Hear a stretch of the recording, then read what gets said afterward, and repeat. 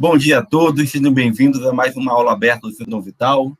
Essa aula é a primeira aula do curso sobre Jihad.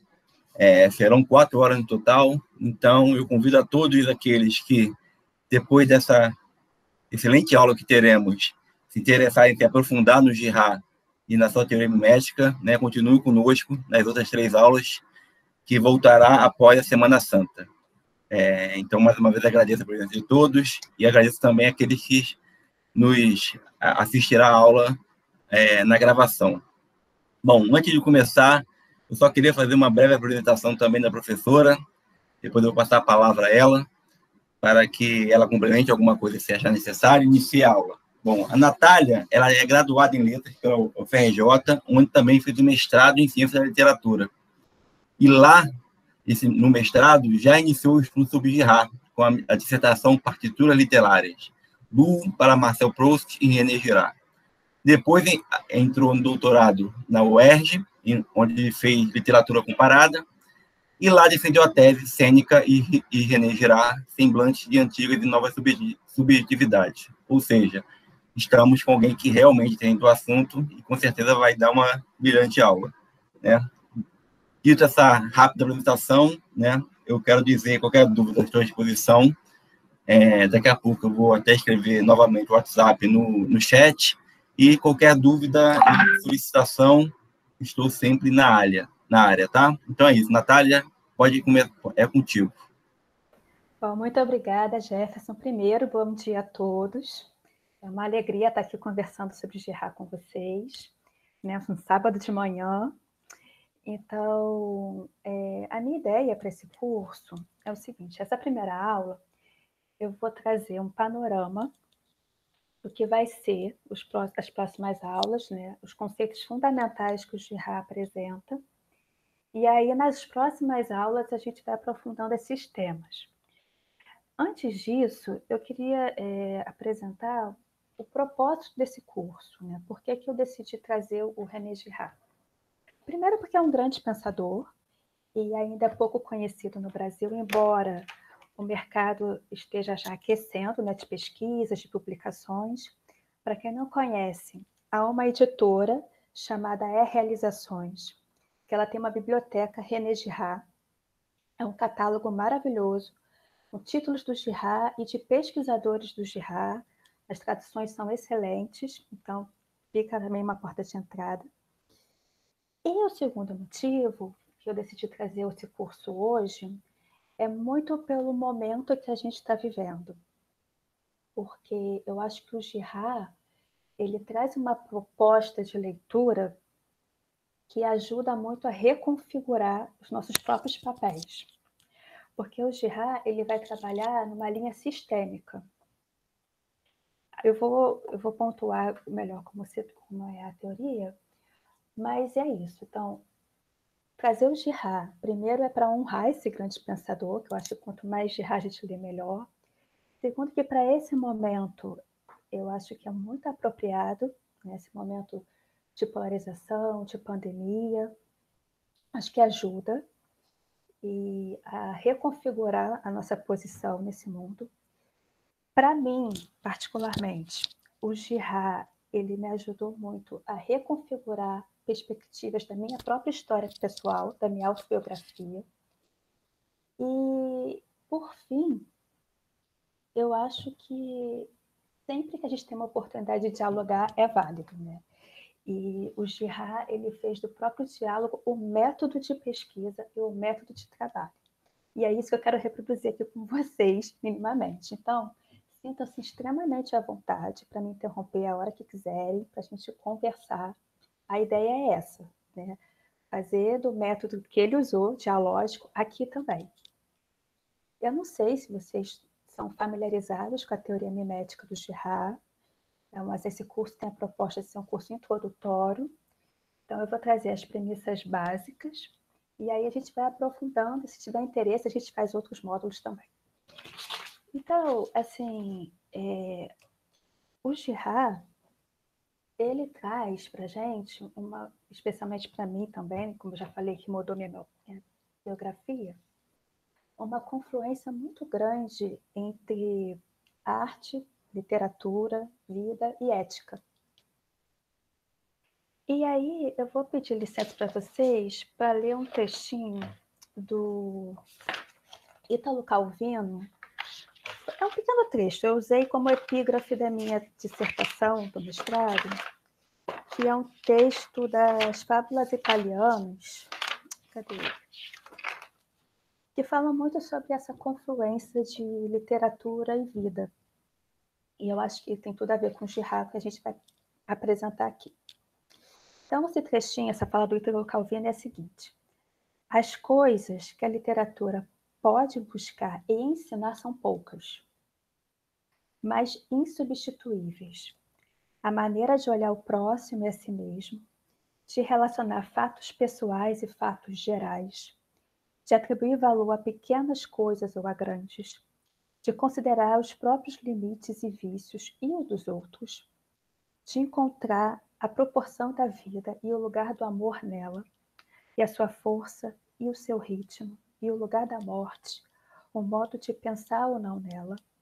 A literatura pode ensinar a dureza, a piedade, a tristeza, a ironia, o humor e muitas outras coisas assim necessárias e difíceis. O resto, que se vai aprender em outro lugar, da ciência, da história, da vida, como todos nós temos que aprender continuamente. Então, não é pouca coisa, né? Esse material do humano e de descobrir o lugar da vida, o lugar do amor na vida, da morte, das relações, isso, para mim, é a literatura. E o Girard, ele desenvolve a teoria mimética a partir da literatura. Isso é uma coisa muito importante na hora de apresentar o Girard, porque todo o pensamento dele é fruto de uma leitura cerrada, letra a letra, página a página, de uma tradição literária absurda. O primeiro livro do Girard foi publicado em 1961, que é esse aqui. Essa aqui é a tradução brasileira, que eu falei para vocês da que é Mentira Romântica e Verdade Romanesca. Esse livro que é o livro que eu acho que eu vou mais trabalhar aqui com vocês, porque todos os principais conceitos do Girard, todos não, mas a maior parte, já estão aqui, pelo menos em germe. E esse livro é fruto de um curso de literatura. Então, ele foi convidado para dar algumas palestras de literatura, alguns autores, e a partir da feitura desse curso, ele teve uma intuição, e ela foi sendo desenvolvida e originou a teoria mimética. E que intuição é essa? A partir de um conjunto de leituras muito variadas, que vai de Cervantes, Proust, Stendhal, Shakespeare, Dostoiévski, ou seja, são culturas distantes no tempo, no espaço e modos de existir. E ele percebeu nessa leitura um denominador comum, que é o mimetismo do desejo. Isso quer dizer o quê? Que a gente imita, isso é óbvio, nós aprendemos por aprendizagem. Só que o desejo, ele não é autônomo. A conclusão que o Girard tira é que nós desejamos a partir de um outro. É esse outro que nos ensina a desejar. Então, por exemplo, quando alguém que você respeita, que você admira, fala para você que esse livro é bom, você vai ler esse livro não pelo livro, mas porque é aquela pessoa que você respeita, admira, indicou. Então, ela vai ensinando a você o que gostar. Quando você vê, é um exemplo muito prático, e isso é uma coisa muito interessante do Girard, porque ele parte do concreto, né? Dessas leituras e de exemplos práticos que vão trazer consequências práticas. E, por exemplo, a moda. Quando você vê aquela atriz que você gosta com aquele esmalte, a mulherada usa aquele esmalte. Porque aquilo, a gente imita a pessoa, que a gente elege como modelo, o que ela deseja. Ela nos ensina a desejar pelo que ela deseja. Então, a conclusão que o Girard tirou é essa, que o desejo ele não é autônomo, ele é partilhado, ele não é autocentrado, o outro te ensina o que desejar. Dentro dessa hipótese, e isso vai marcar todo o pensamento do Girard, que é uma hipótese bem simples, que é a matriz básica, que ela vai se desdobrar de forma cada vez mais complexa. Acompanhando essa leitura desses romances, que nesse livro aqui é o Cervantes, o Proust, o Dostoiévski e o Stendhal, ele percebe que ele já começa na modernidade. Conforme a modernidade vai avançando, a qualidade dessa imitação, dessa mímica, ela vai mudando. Isso quer dizer o quê? Que a qualidade da mediação, ela depende de um distanciamento. Que distanciamento é esse? Então, assim, a primeira intuição, o desejo não é direto, sujeito-objeto, e sim triangular, ele é mediado, sujeito, modelo, objeto. Primeiro passo. Segundo passo, a distância que eu tenho desse modelo vai influenciar na qualidade dessa imitação. Por exemplo, se você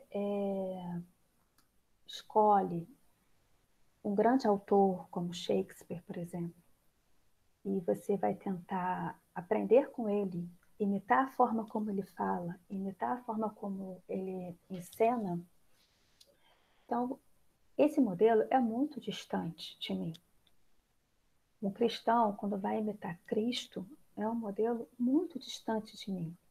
Quanto mais distante esse modelo está de mim, melhor tende a ser a imitação. Por quê? Eu vou tentar emular esse modelo, eu vou aprender com esse modelo. Então, eu vou copiar, teoricamente, as qualidades de Cristo, as qualidades de Shakespeare, daquele modelo que eu decidi.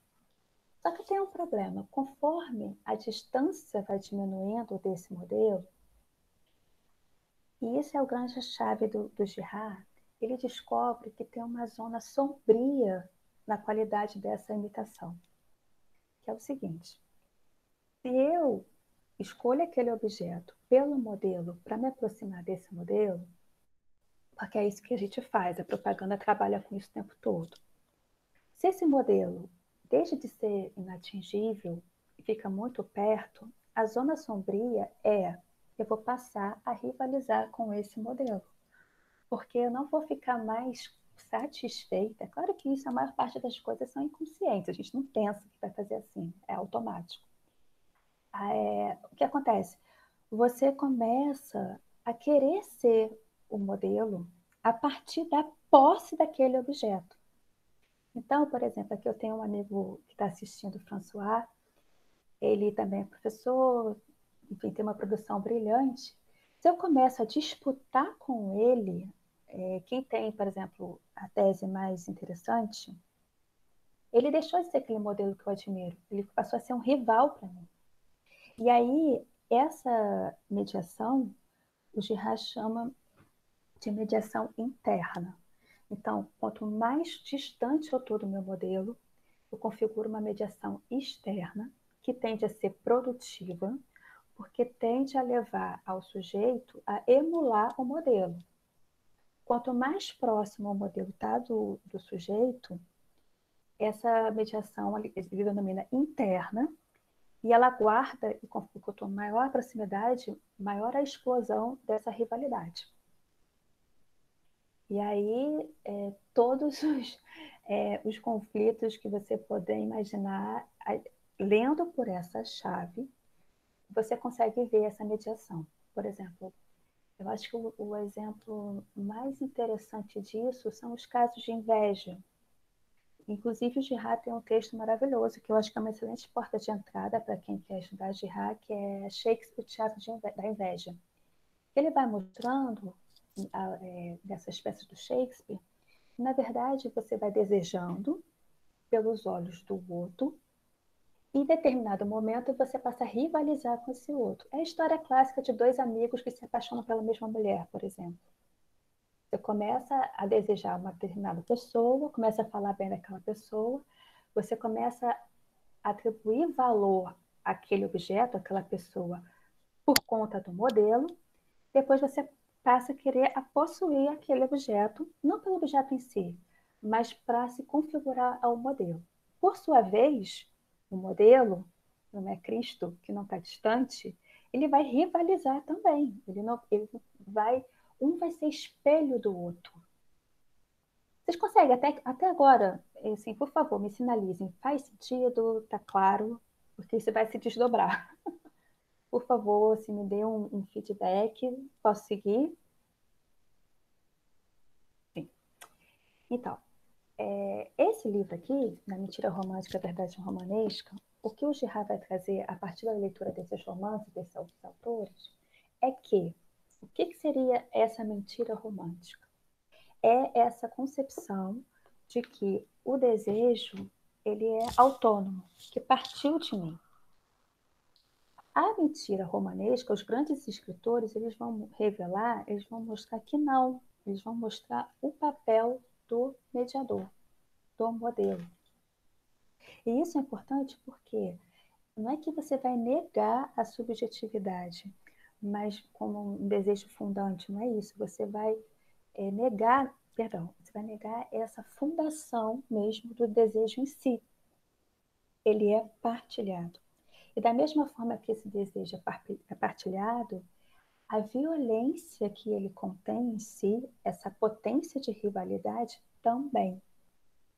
Então, um exemplo claro que o Shakespeare usa muito nesses conflitos amorosos, você começa a rivalizar, por exemplo, dois amigos para uma mesma mulher. Aí um terceiro começa a ver que aquela mulher muito cobiçada passa a cobiçá-la também. E assim a gente tem inúmeros exemplos.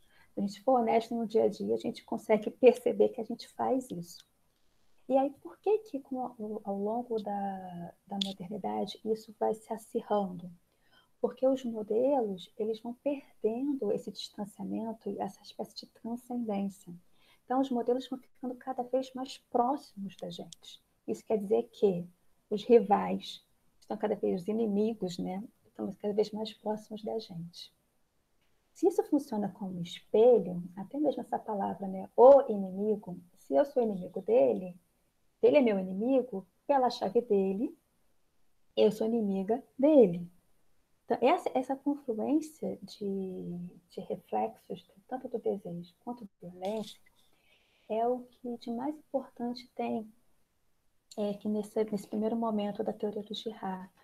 Porque já está em estrutura toda a questão sistêmica que envolve o processo do desejo mimético. Porque são os mecanismos de violência e de contenção ou não dessa violência que estão em jogo. Qual seria uma saída, pelo menos nesse primeiro momento aqui nesse livro? Seria a consciência disso. E o Gerard chama de uma conversão. E conversão no sentido, primeiro, da palavra, como uma mudança de mentalidade, não necessariamente uma conversão religiosa, mas uma conversão de uma mudança de percepção. Que, na verdade, eu sou responsável também. Né? Que o meu rival não é o culpado, também eu não sou culpada. Quando a gente começa a assumir as próprias invejas, os próprios afetos, ler por essa ótica o jogo de mediação, chega a ser risível no final das contas. E aí, o Girard, tendo essa intuição, nos próximos livros, ele vai procurar ver como que isso aconteceu antes da modernidade. Então, ele vai retrocedendo até um contexto de hominídeos, com muita pesquisa de mitos, de antropologia. Foram 10 anos de publicação do primeiro livro, Mentira Romântica, até o segundo, que é a Violência e o Sagrado, em que ele vai analisar esse mecanismo da sombra da mimesis, dessa violência sistêmica, não só em contextos individuais, mas em contextos comunitários e em contextos em que ainda não há a emergência da cultura, que são mecanismos para conter essa violência. Então, assim, é realmente fascinante porque o Gerard ele tem uma capacidade de uma disciplina a outra, de um autor a outro, mostrando essa grande teia sistêmica na qual a gente está inserido e não percebe. Um dos principais motivos que eu acho que o Gerard é cada vez mais atual e necessário hoje, para mim, pelo menos, veio da leitura que ele faz do Don Quixote, porque o Don Quixote, no senso comum, ele é visto como um grande querido, né, um idealizador, uma referência, um modelo a ser seguido. Só que o Gerard, ele traz o Don Quixote como o presente de uma desilusão. Por quê?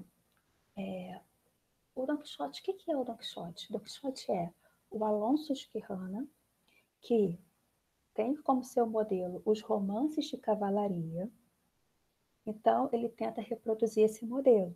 Então ele quer ser um cavaleiro, vira o Don Quixote. Só que essa zona que eu também acho sombria do mimetismo é que você sai da realidade.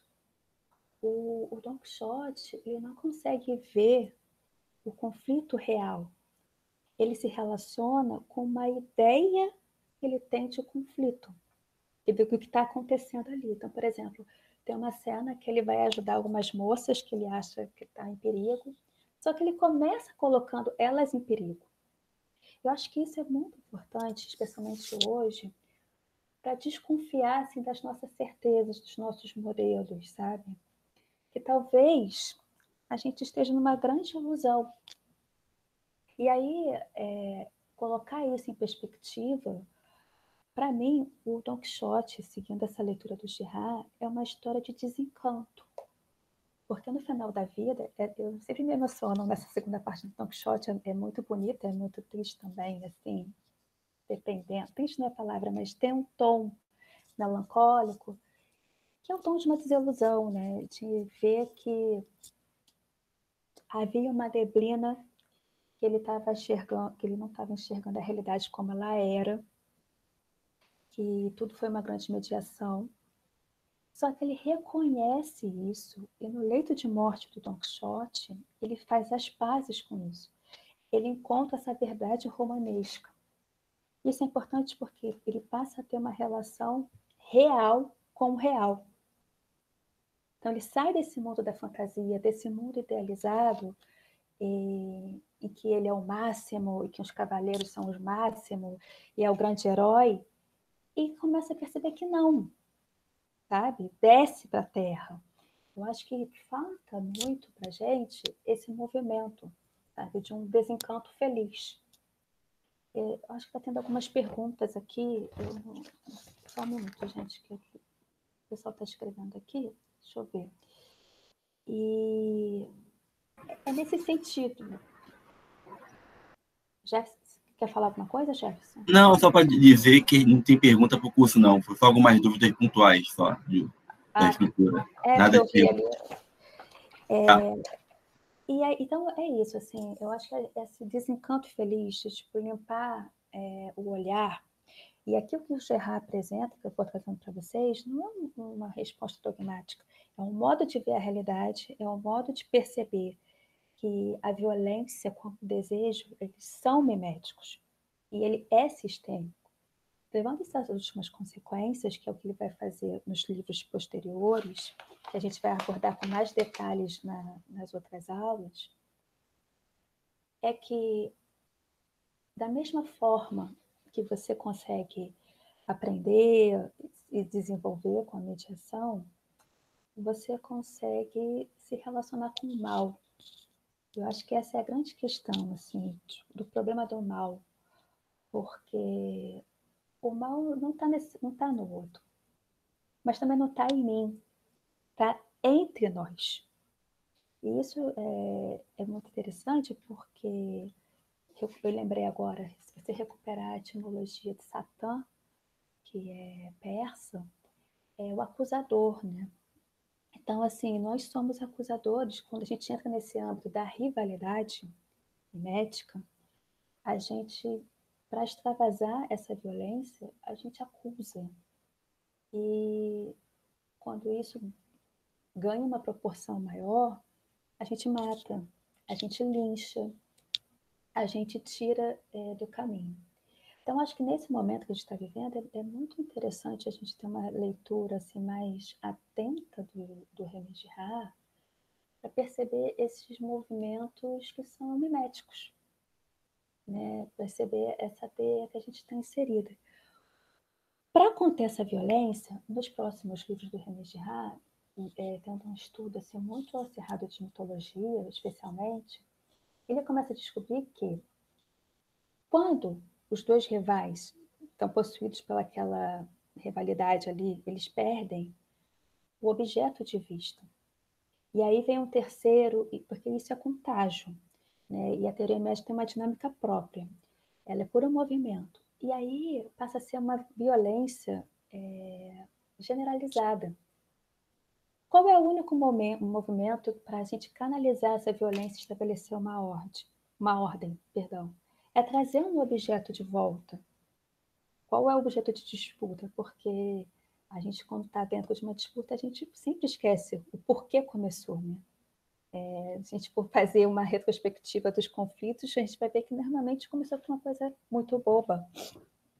E aí, para trazer esse objeto de volta, segundo Girard, a gente criou um mecanismo que é o mecanismo do bode expiatório. A gente canaliza num terceiro ou num quarto toda aquela violência que tinha entre nós e restabelece uma ordem. Isso é muito verdade, porque é muito mais fácil a gente ser unido pelo ódio do que pelo amor, né? Assim, basta você falar mal de alguém, de um terceiro, os dois ficam pelo menos colegas.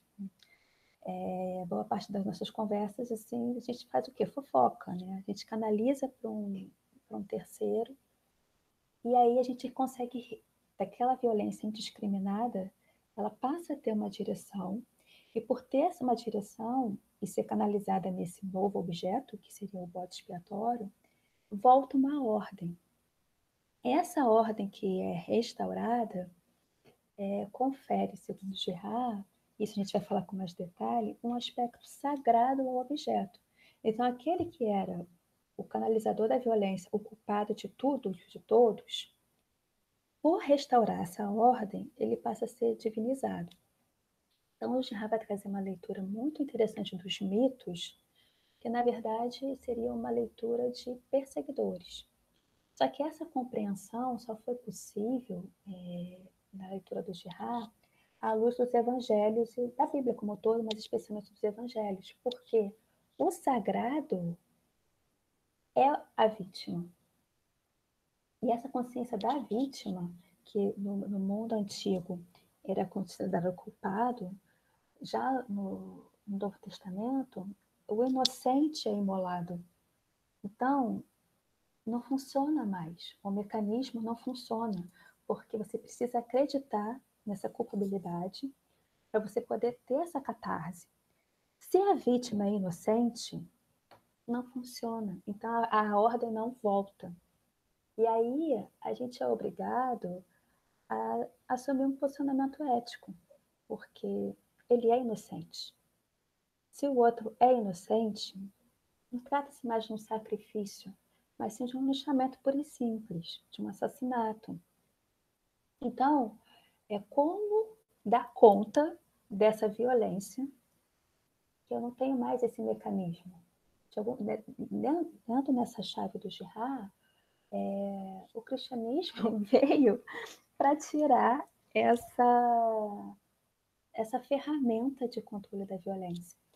Eu não sei se eu estou me fazendo entender, porque assim, é muito assunto, eu estou tentando trazer um panorama mais amplo possível, porque não sei se todos têm esse contato já tiveram com o Girard, mas para esse arco temporal. Então, assim, recapitulando, ele começa com uma leitura dos romances, começa a perceber essa dinâmica dos relacionamentos. Depois de uma década de estudo das mais diversas fontes, ele remonta né, a pré-história, ao momento dos hominídeos, onde não há ainda o mecanismo da cultura como controle, e aí ele vê no mecanismo do bode expiatório uma fundação para essa própria cultura, em que a violência passa a ser controlada e administrada. Depois ele vai saltar com uma leitura antropológica da Bíblia, em que ele vai mostrar que a vítima é inocente. Então nós ficamos sem a ferramenta do bode expiatório. E o que fazer diante disso? E aí volta para o primeiro livro, que é uma postura ética de uma conversão romanesca, de entender que a violência é sistêmica, que o mimetismo é sistêmico, que eu faço parte disso. Então, se no coletivo, se é coletivo, se é sistêmico, eu não tenho como mudar, porque é estrutural. Mas, mediante essa percepção, essa conversão de mentalidade, há uma possibilidade de uma mudança individual. Então, ler o Jihad e os textos nessa chave traz para a gente uma possibilidade de reescrita da própria história, de revisão das próprias posturas, de revisão dos próprios linchamentos que a gente faz parte. Isso é muito cotidiano. Você, assim, tendo uma honestidade intelectual assim, para os atos do dia a dia, você percebe, sabe? Tipo, por que eu estou nisso? Por que eu fiz aquilo? Então, a minha proposta aqui é trazer com uma leitura atenta dos textos do Girard, tentar reconfigurar o processo que ele fez e adaptando com os nossos próprios processos, né? Os nossos próprios processos biográficos, nossos próprios processos culturais, nossos próprios processos políticos, porque de uma matriz simples, que é o desejo, que não é autofundante, mas ele é mimético, ele é mediado, a coisa desenrola de uma forma. Perdão, tem alguém falando? Não. Que, que é extraordinária, assim. E o Proust, que é um dos livros que ele analisa bastante, na verdade ele começou pelo Proust, que me deixa muito feliz, porque é um autor da minha predileção. Tem uma frase que eu separei aqui, que eu acho que resume bem todo esse movimento. É uma frase que está no Caminho de Guermantes, que ele, após observar o Duque, ele fala o seguinte, ó: cada qual vê mais bonito o que vê à distância, o que vê nos outros, pois as leis gerais que regulam a perspectiva na imaginação tanto se aplicam aos duques como aos outros homens. Se aplica ao Dom Quixote. Então, assim, a gente tem um vazio estrutural. Nós somos isso. Como lidar com essa lacuna? A gente imita, a gente elege modelos. Isso começa na família, vai se expandindo na sociedade, na cultura, nos nossos relacionamentos. E a forma como eu vou me modelando, me deixando modelar por esse desejo, e a zona sombria que esse desejo guarda em si, que é uma possível rivalidade, é a chave da verdade romanesca. É essa consciência. Então, assim, a proposta desse curso é essa, porque no momento assim que a gente está vivendo, de tanto caos, né? Como restaurar uma ordem? E aí a minha aposta é no diálogo, na leitura, nesse movimento cotidiano de conversão romanesca, de olhar para a própria violência, sabe? De olhar para a falência de mecanismos vitimários, de reconhecimento de que se é partícipe. Isso é muito interessante, porque se a gente vai ler a biografia do Girard, né, o Girard, ele acho que nasceu em 23, o pai dele era arquivista, então você já tem essa herança, né, de pesquisa, de tempos antigos. E o Girard, ele passou a juventude dele, dos 16 aos 21, se eu não me engano, durante o período da Segunda Guerra Mundial, sabe? Durante a ocupação nazista. Então, assim, é uma pessoa que viveu o horror. E isso traz muitas marcas, né? Então, eu tendo a fazer essa ponte sempre com a vida, não que a vida do autor justifique, mas há essa confluência. Se você vai estudar os grandes autores, por exemplo, Proust, como citei, você tem todo esse processo de conversão da própria vida também, né? De perceber os próprios demônios, as próprias invejas, as próprias futilidades e, e elaborar. Caso ele elaborou no Em Busca do Tempo Perdido maravilhosamente, né? Mas elaborar as próprias angústias, elaborar a própria violência, as próprias faltas, nesse movimento de diálogo e de coletivo. Então, por exemplo, hoje, né, o Girard estudou aqui nesse livro a modernidade. Nos próximos livros ele vai avançar um pouco no tempo. Vai falar também sobre o contemporâneo, mas hoje qualquer rede social é um palco de linchamento, né? O que são as fake news dentro desse cenário também?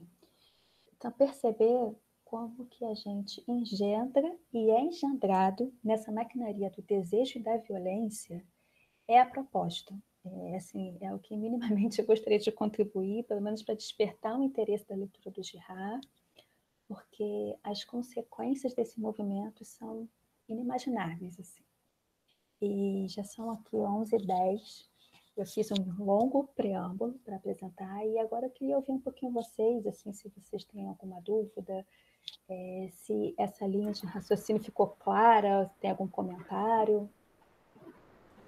Gente, lembrando que é possível não só abrir a câmera e falar, que é o mais que a gente gosta mais, geralmente, por causa do diálogo, mas me escrever no chat, tá? Bom, eu estava ouvindo, eu vou até ver se eu estimulo o pessoal a comentar alguma coisa. Sobre o desejo triangular, eu pensei em uma coisa aqui.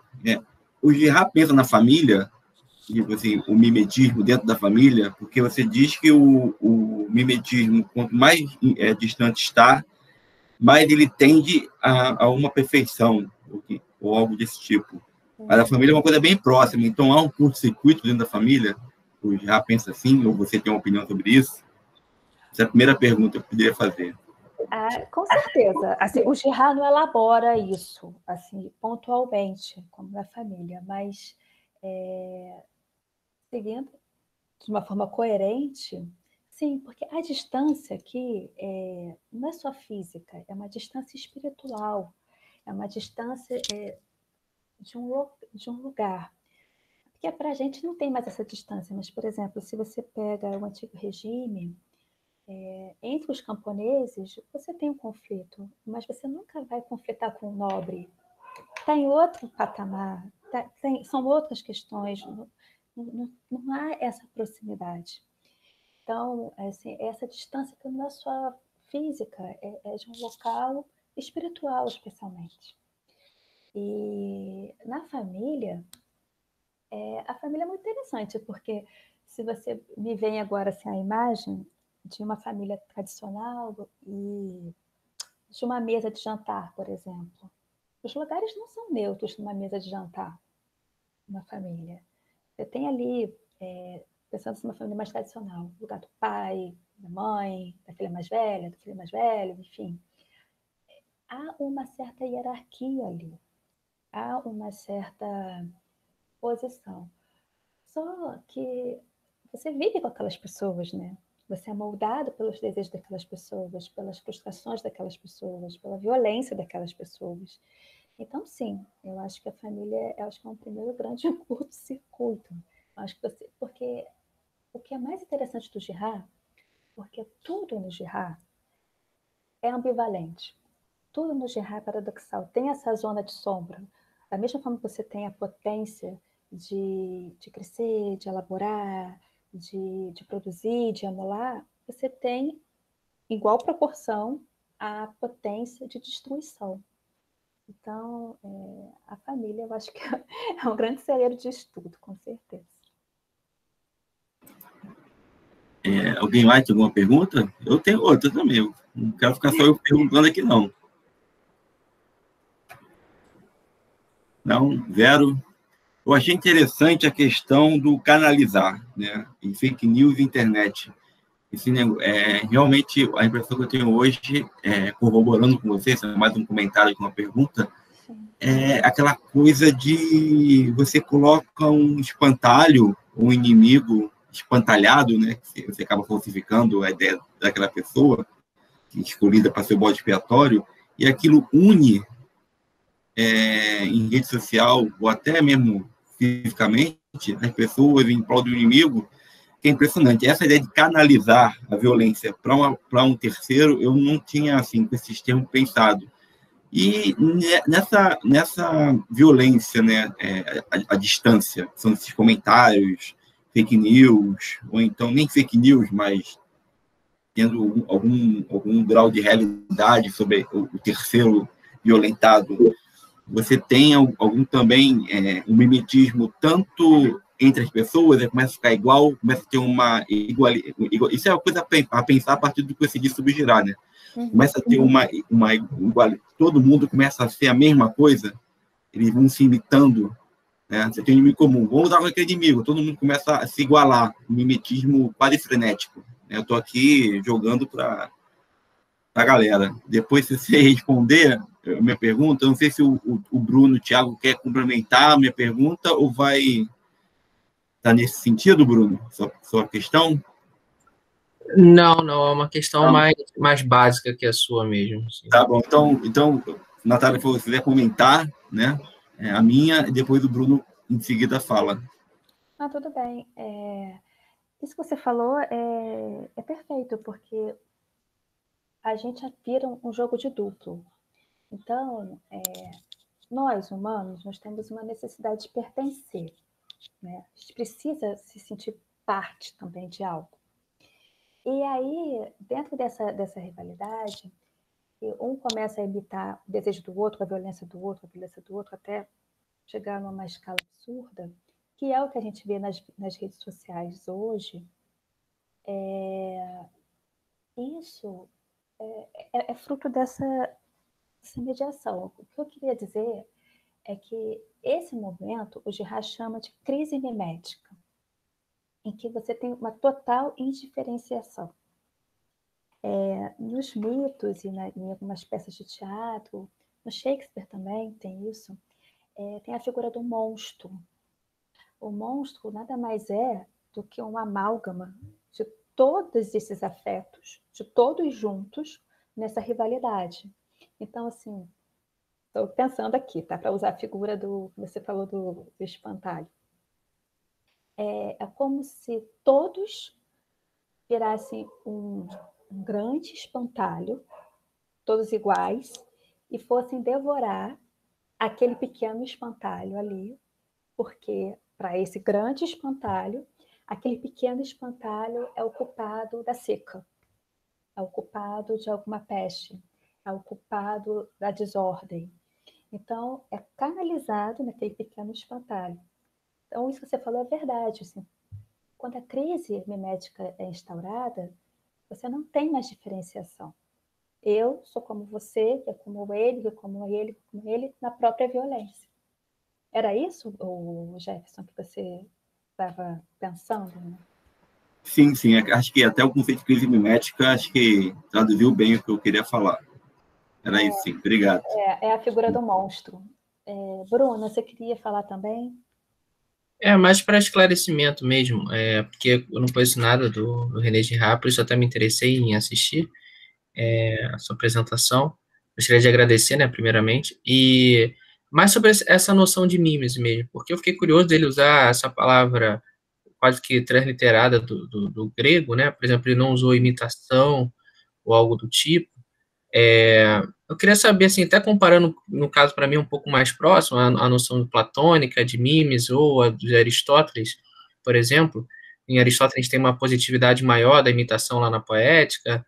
No Platão, a gente tem aquela questão de ser um nível abaixo do real, a mimes, ou seja, um tom mais negativo de mimes. Aí eu queria saber, assim, se dá para fazer uma comparação, talvez a origem, assim, a motivação dele ter usado essa palavra para explicar, e se ela vai por um lado mais positivo ou negativo. Sei que deve ser uma pergunta muito básica, mas justamente por eu não... Mas para esclarecer mesmo o conceito da palavra. Nossa, não, é perfeita a sua pergunta, Bruno. Porque, assim, ele usa realmente imitação. É nesse sentido de imitação. Só que ele traz, né, ele vem dessa tradição aristotélica, só que o Aristóteles ele vai trazer essa dimensão positiva da mimesis. Até que Aristóteles ele foca muito na questão do aprendizado. O Girard reconhece isso, ele traz isso. Só que ele percebe que já, né, como potência, tem essa questão da rivalidade, tem a questão da violência. Ele faz uma leitura da expulsão do poeta do Platão nessa chave, porque por que o poeta é expulso da República? Porque, de alguma forma, traz ali, em germe, a possibilidade da rivalidade. Porque o poeta ele vai trazer os conflitos ali. Ele vai trazer essa realidade que é perigosa, do mimetismo, dos afetos. Então, é uma república em que você tem que ter a ordem, tem que ter a luz, não pode ter essa questão dessa dimensão sombria, ele é expulso. O Girard faz essa leitura. Isso está super bem colocado no terceiro livro do Girard, que é Coisas Ocultas desde a Fundação do Mundo. Depois, se tiver interesse, o começo desse livro é ele explicando essa questão da imitação, dessa zona sombria que ele acha que o Platão desconfiou, ele até faz um jogo de palavras e brinca, que ao expulsar o poeta, porque ali já teria um indício, uma denúncia dessa zona sombria. Tá bom? Obrigado, professor. Agora, a Carmélia também quer fazer um comentário. Fique à vontade, Carmélia.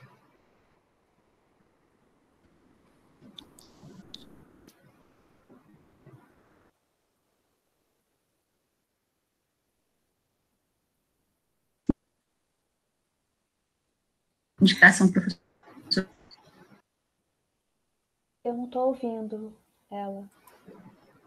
Eu estou com um problema no áudio dela. No som, aliás. João César, e também... Oi, pode repetir? Pela curiosidade, porque sobre a mim... Carmélia, a gente está com muita microfonia, não está conseguindo te entender.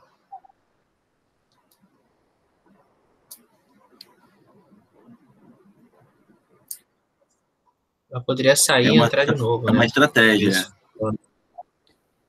Ela escreveu o quê? Bom, tem um paliativo quando isso acontece é a gente sair da sala e voltar. Ou então escrever. É melhor, ela escreve aqui no chat. Escreve no chat. Eu conheço mais sobre em relação a... Não.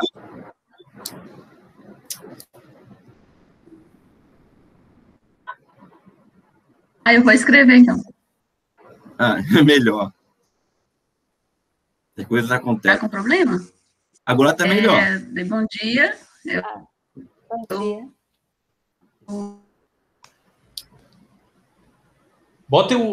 Tira o modo mudo do microfone, Carmélia.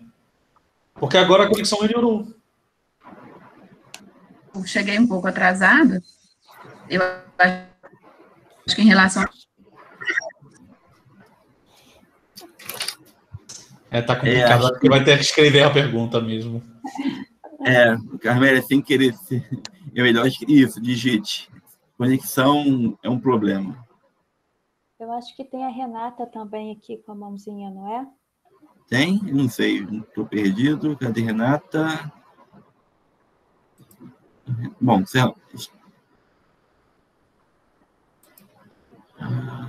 Renata, se você estiver, pode falar alguma coisa. Pode, acho que não está, não. Com a mão levantada. Oi? Oi.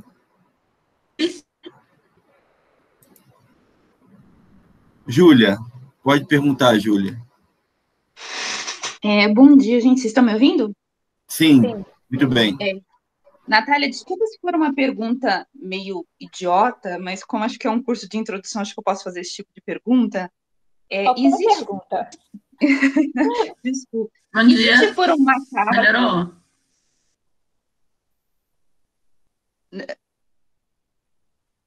Eu não... Quer falar, Carmela? Carmélia, desculpa. Eu continuo? Não sei o que eu faço. Espera a Carmélia falar? Júlia, continua, Júlia. Depois a Carmélia toma a palavra. Tô no Tá, desculpa, Carmélia, eu vou ser rápida. meio Eu do tenho mato, mas uma dúvida, na verdade. realmente eu Quando você entrei disse, quando a atrasada. gente se aproxima muito desse ideal, desse modelo, e a gente passa a rivalizar com ele, ainda fica um desejo de você ser admirado pela pessoa pelo qual você antes admirou, ou você ser temido por ele também? Existe ainda, talvez esse bode expiatório pode ser também um jeito de você continuar se aproximando dessa pessoa que era o seu modelo anterior? Existe ainda esse negócio de ainda querer ser bem visto aos olhos dessa pessoa? Ou não? Vira uma coisa que é mais a rivalidade e só essa coisa mais negativa? Desculpa, não sei se eu fui clara. Não, ó, Júlia, primeiro qualquer pergunta, tá? Não tem isso de pergunta boba, toda pergunta é pergunta. E sobre isso, eu entendi o que você quis dizer. Você quis dizer que a gente admira alguém e depois a gente, quando rivaliza, se continuaria admirando ou não essa pessoa. Eu lembrei que admirar, a palavra é admirar, né? Olhar à distância. E aí, quando a gente vê as coisas à distância, é aquela frase do Proust que eu citei, né? Que as leis da imaginação é a famosa grama do vizinho é mais verde. A gente tende a querer aquilo, a gente admira aquilo e quer ser como aquilo. A questão aqui, quando eu falei espiritual nesse sentido de querer ser igual a.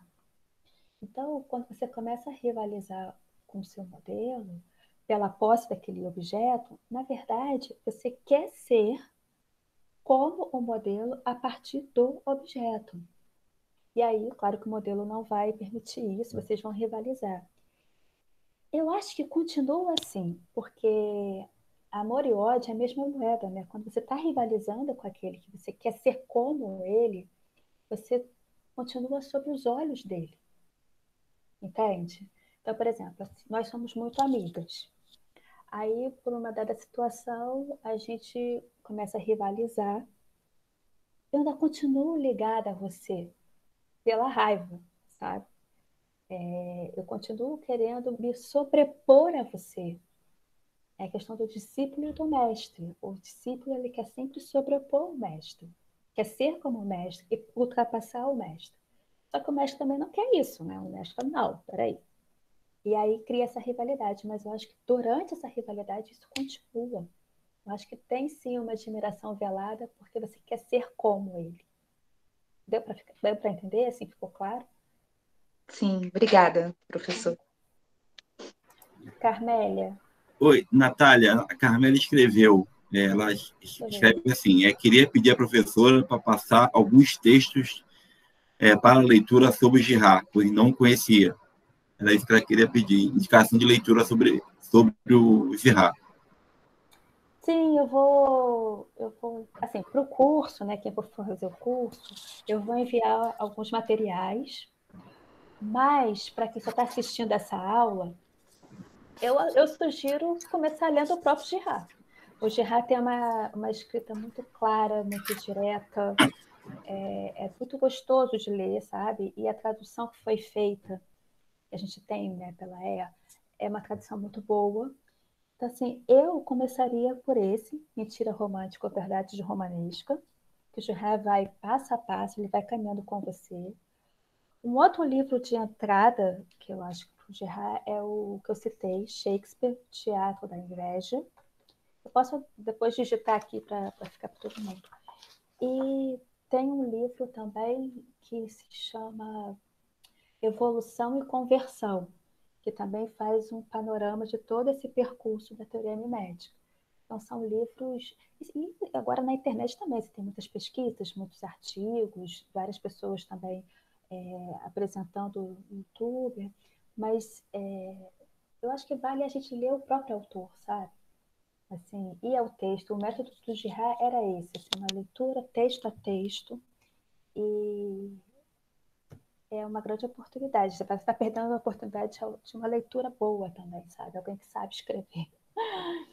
Mas é isso, Carmélia. Eu vou botar aqui para você o Teatro da Inveja.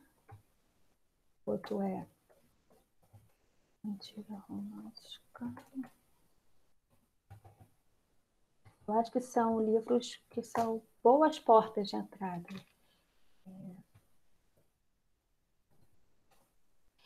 Lembrei de um outro. Tem um livro que é maravilhoso, que o Girard fala desse mecanismo no mundo contemporâneo. Ele fala sobre anorexia. Anorexia e teoria mimética, eu acho. Agora não tenho certeza, mas é anorexia. Ele vai mostrar como esse fenômeno da imitação é esgaçado no limite e os corpos são esvaziados numa grande repetição. Então, ele compara o fenômeno da anorexia com o fenômeno da arquitetura, desse esvaziamento e de uma padronização, como o Jefferson tinha comentado anteriormente, sabe? Eu acho que é anorexia e teoria mimética, se não me engano. Eu acho que são bons livros para começar.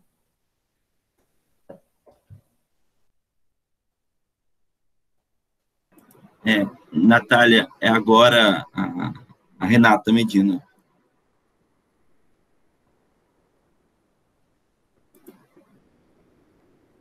Ô, Renato, o microfone tá bloqueado.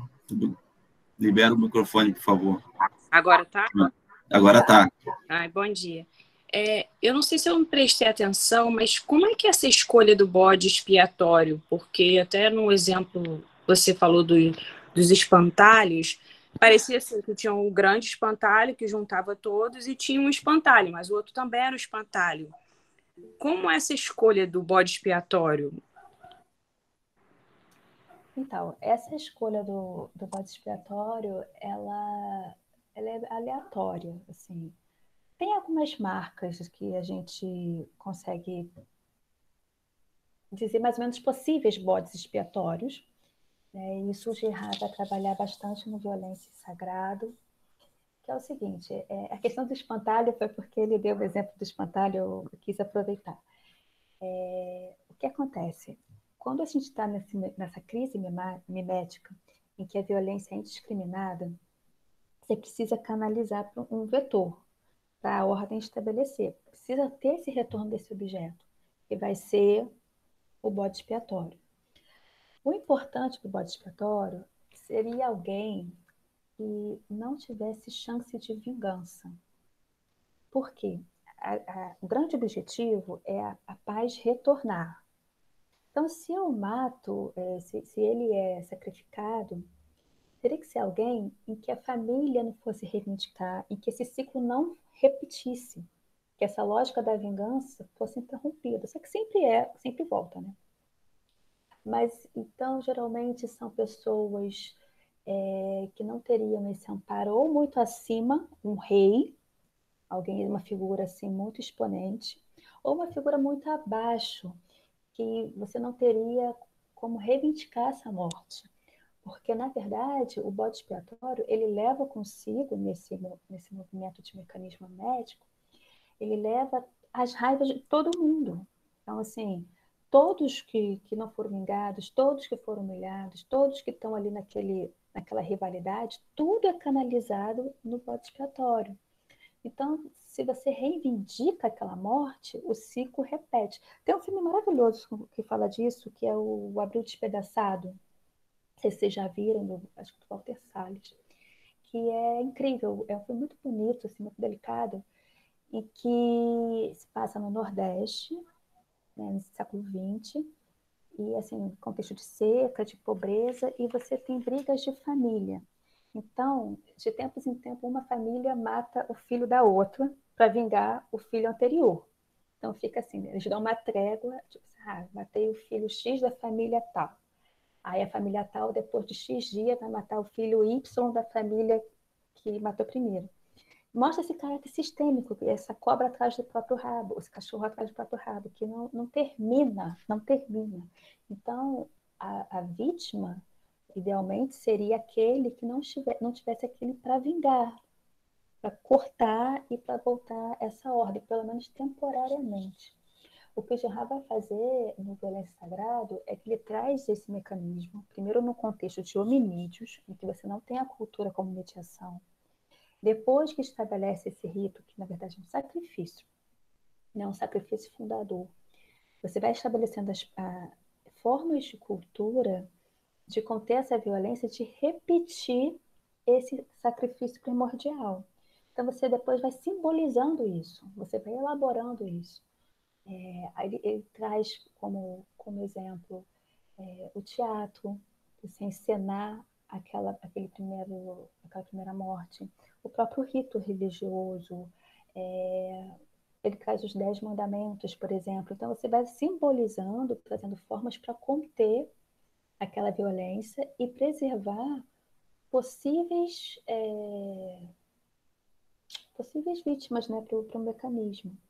Ele está trazendo isso num diapasão histórico, é muito interessante. Assim, na terceira aula, na verdade, eu vou debruçar mais sobre esse assunto, né, de como essas modulações são feitas. Mas é isso. O ideal é ser uma vítima que não vai ter quem responda por ela.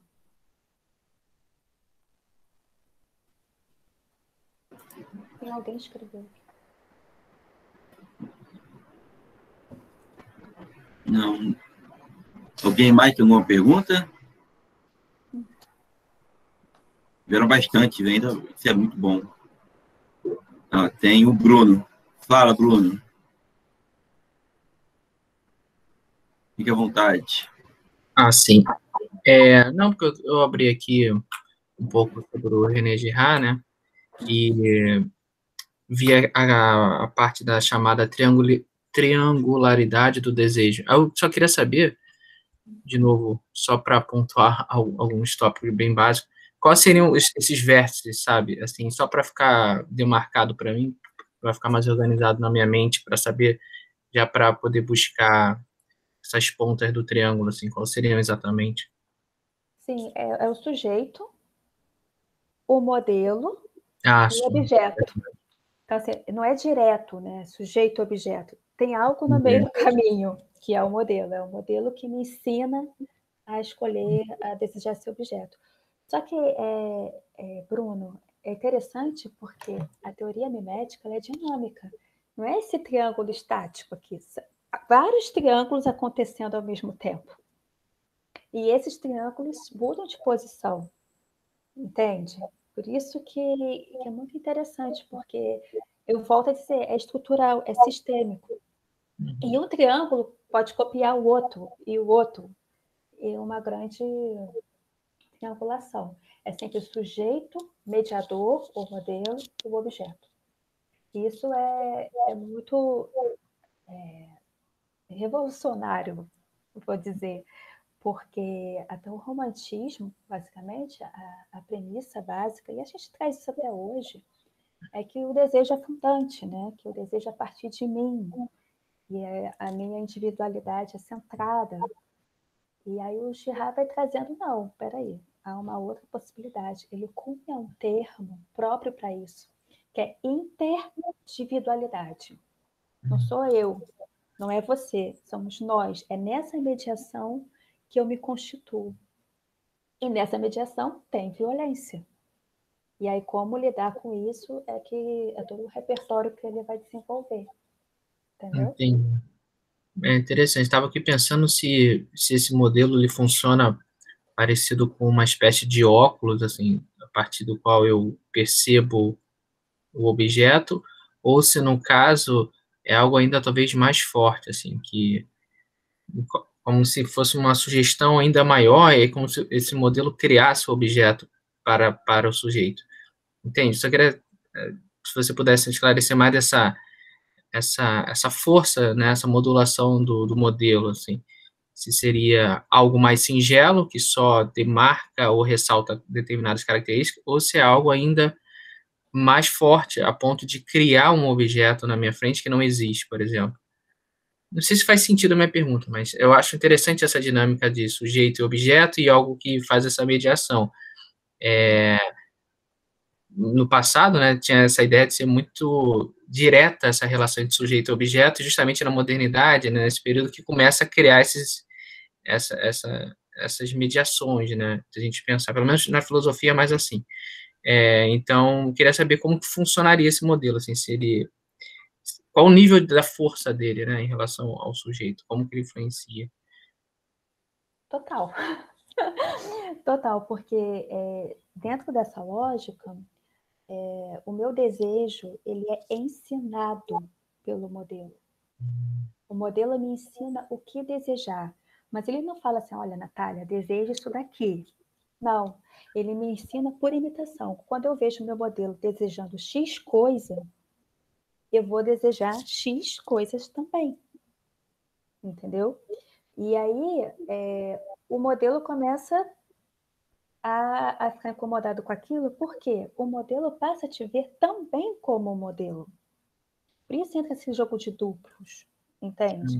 Então, assim, quando você falou assim, é uma forma de ver o objeto ou é uma forma de criar o objeto? Eu acho que os dois, porque aquele objeto ele só tornou visível para mim porque eu imitei o desejo do meu modelo por aquele objeto. Então, de certa forma, eu criei aquele objeto. Entende a lógica? Então, claro que isso é inconsciente, né? Assim, a gente não para. E a gente, agora, por exemplo, o consumo. O que é esse consumo louco que a gente vive? Que a Terra está clamando por uma pausa. Porque eu vejo você com aquilo, quero aquele outro, aquele outro, aquele outro. Não dá conta, porque, na verdade, eu não quero o celular tal. Eu quero que aquele celular representa porque o meu modelo quer. Entende a sutileza que está presente? Então, assim, o modelo me ensina a enxergar o objeto. Isso você falou me traz uma questão importante, que eu não falei aqui, que poderia ser dúvida, surgir como dúvida, que o Girard, ele faz uma diferença entre desejo e apetite.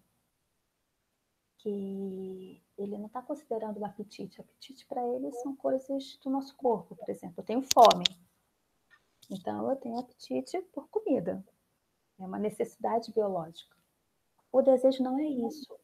O desejo não é porque eu estou com fome e vou comer. O desejo é, tá, mas eu vou comer naquele restaurante, porque aquele restaurante é especial, porque aquele restaurante é do chefe tal, aquele restaurante é aquele que o meu namorado ama. Então, assim, o meu apetite, ele é envolto nesse desejo que é dado pelo modelo.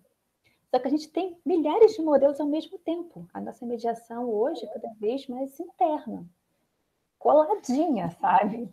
Porque o advento das redes, já antes, mas com a internet, as distâncias de tempo, espaço, de culturas,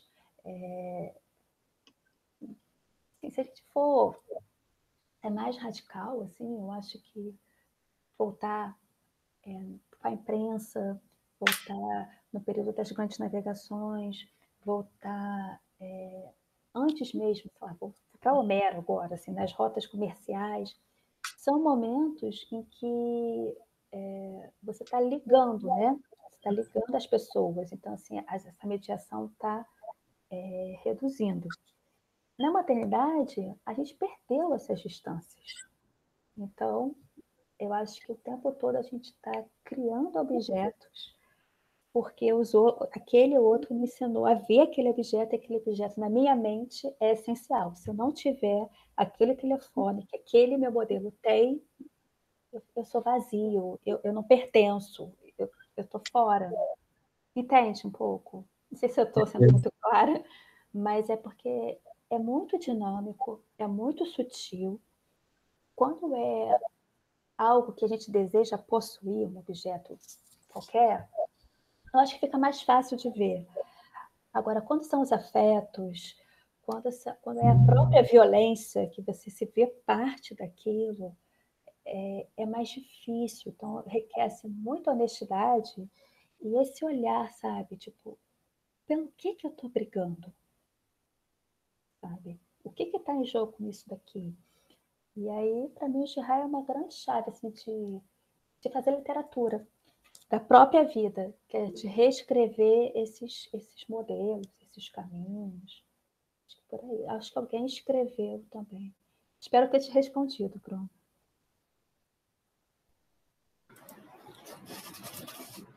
Natália, o Lucas Eu vi aqui. escreve assim, o modelo precisa ser necessariamente uma outra pessoa. Não, não. Por exemplo, você pode ter... o exemplo que eu dei do Don Quixote, que o Gihá trabalha, o ideal dele é o herói, são as novelas de cavalaria. Né? Então, assim, é o ideal do cavaleirismo, daquela ética, né? Daquele tipo de condução da vida. Só que é perigoso, né? Porque ele ficou preso numa ilusão, né? Eu acho que é isso. Eu acho que a teoria do Gihá ajuda a gente a ver as coisas com outros olhos, sabe? Assim, a ver... Porque nós somos modelos também dos outros sem saber, sabe? Então, eu estou aqui falando com vocês, eu não sei, eu não tenho a dimensão do impacto do que eu estou falando vai ter. Eu posso estar sendo modelo para alguém, vocês são modelos para mim. Então, não necessariamente uma pessoa, uma parte sim, porque a gente é moldado por pessoas, né? Nós somos seres sociais. Mas você tem essa questão também de um ideal, de uma literatura, mas o grande problema é essa não percepção, sabe? É viver na mentira romântica, que é eu me basto, eu banco meu próprio desejo, o desejo é parte de mim e para mim, e a verdade romântica vai falar assim, não, você foi mediado por esse ideal, por uma história familiar, por uma cultura, por determinada pessoa, enfim. São muitas as possibilidades de modelo, sabe?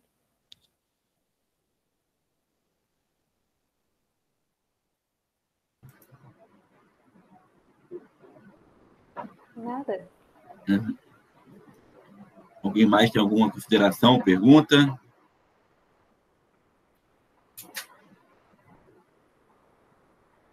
Silêncio.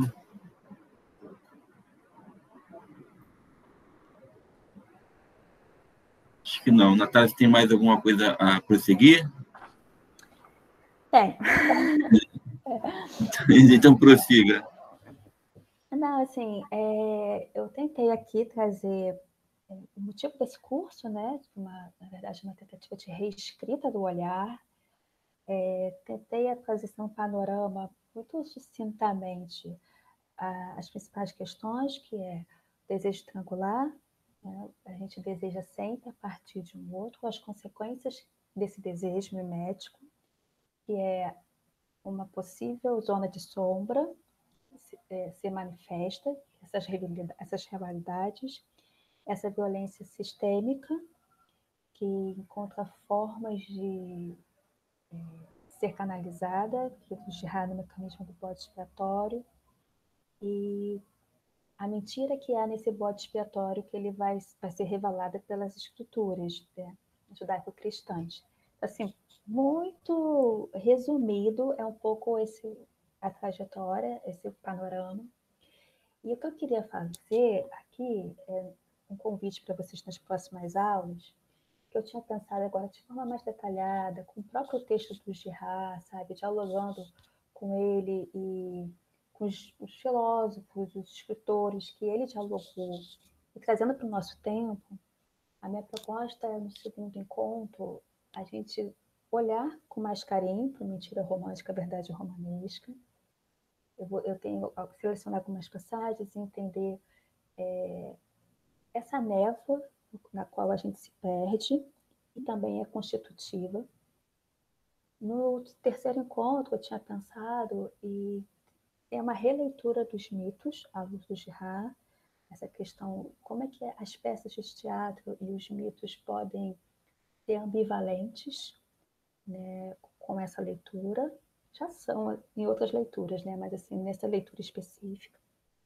E no nosso último encontro, eu tinha pensado em conversar com vocês a partir do contemporâneo e de todos esses 3 principais livros do Girard, que são esses 3 primeiros, que a gente vai trabalhar, que é Mentira Romântica, Verdade Romanesca, Violência Sagrado e Coisas Ocultas desde a Fundação do Mundo. É claro que eu vou permear por outros textos, mas no nosso último encontro eu queria trazer mais pelo contemporâneo, para a gente pensar aqui juntos o lugar da liberdade nisso.